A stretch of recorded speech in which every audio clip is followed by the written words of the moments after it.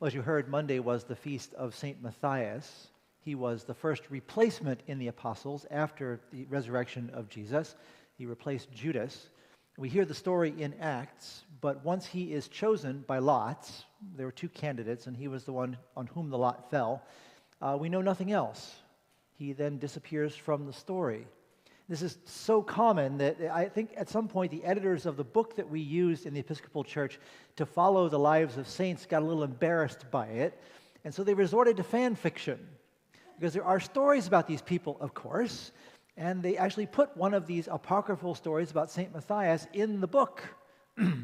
Interestingly, I have multiple copies because they reprint this book every few years and update it. And in earlier versions, it wasn't there. It's only in the latest version that it has suddenly appeared. So somebody, I guess, went through and said, we got to say more about this guy because he's actually one of the 12 apostles and we know very little. In any case, the story that they added, the apocryphal story, is that once Matthias had been chosen as an apostle, they then got around to deciding how they were going to divide up the world for purposes of evangelism. And the story is that Matthias was sent to a city of cannibals, for what that's worth. They'd say no more about where this city was or why they were cannibals or whether he was eaten by anyone, but it says that he went cheerfully and with full confidence that he could proclaim the gospel in any place to anyone.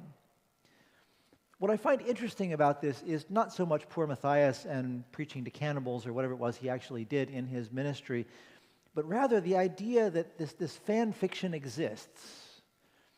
The fact that somehow it's important to us to put ourselves into the story, to make the story relevant to us, to add backstory. I mean, many of the Gospels that are not included in the Bible proper contain backstory about Jesus' early life, or stories about the early lives of other well-known people, or later stories about other well-known figures in the Bible.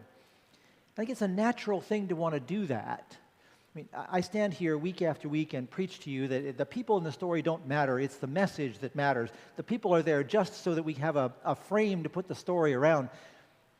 But in reality, that doesn't work for you and me, does it? We want to know who these people are.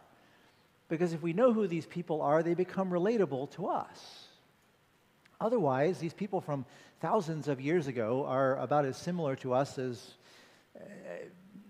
they're not similar to us, leave it at that. So I think there is something in this idea that it's nice to have these stories. We understand, yes, they're stories.